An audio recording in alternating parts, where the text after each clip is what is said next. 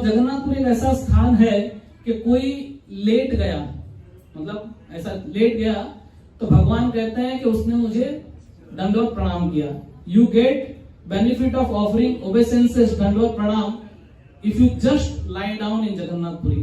तो समझो आप बीच पे घूम रहे हो, घूमते घूमते थक गए और थक के सो गए।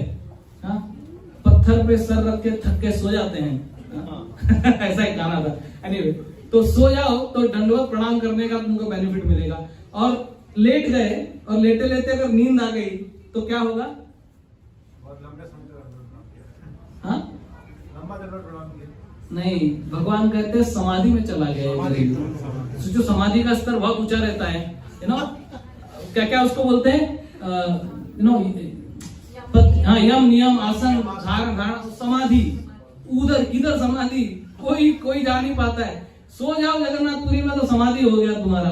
जगन्नाथपुरी में खाली घूम रहे हैं देखने के लिए, तो उस वॉन्डरिंग को भगवान क्या ले लेते हैं? परिक्रमा, प्रदक्षिणा, यानी कानी च पापानी। और अगर कोई जगन्नाथपुरी में जाके कुछ भी पिक्चर का गाना गा ले, बोले कुछ भी, तो प्रार्थना, कीर्तन, प्रार्थना, कुछ भी बोलो ऐसा करके।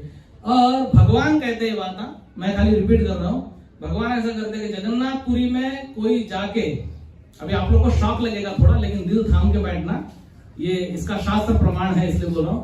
कहते हैं कोई जगन्नाथपुरी में जाके अगर फिश भी खाए मछली भी खाए, तो उसको यज्ञ का जो भविष्य होता है वो खाने का फल प्राप्त होता है। मतलब आप फिश मत खाना, मेरा हाथ जोड़ के निवेदन है आप लोगों से, किसी से आप don't, but I am just saying that anything you eat in Jagannathpuri that gets converted into हविष्य।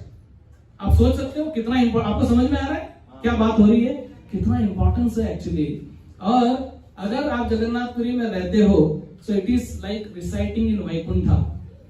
Yamraj is not allowed in Jagannath Puri. तो यमराज आके बोला भाई मेरा तो सब पूरा धंधा बंद हो रहा है यहाँ पे। क्योंकि एक बार क्या हुआ, एक कौवा उड़ते उड़ते जा रहा था, रोहिणी कुंड में टच हो गया और सीधा का सीधा 400 फॉर्म लेके चला गया। यमराज ने देखा, बोला ये क्या हो रहा है, कौवा लोग भी इधर से वैकुंठ में जा रहा है।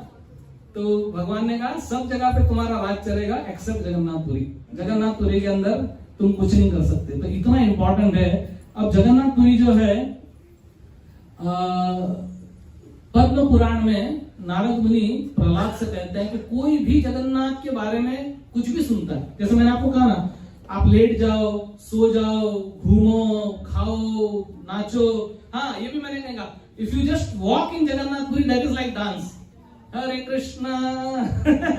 खाली चलने का इतना बेनिफिट है, सोचो जगन्नाथपुरी के अंदर। और अगर जगन्नाथ की कथा सुनो तो क्या होता है, क्या होता है बताओ?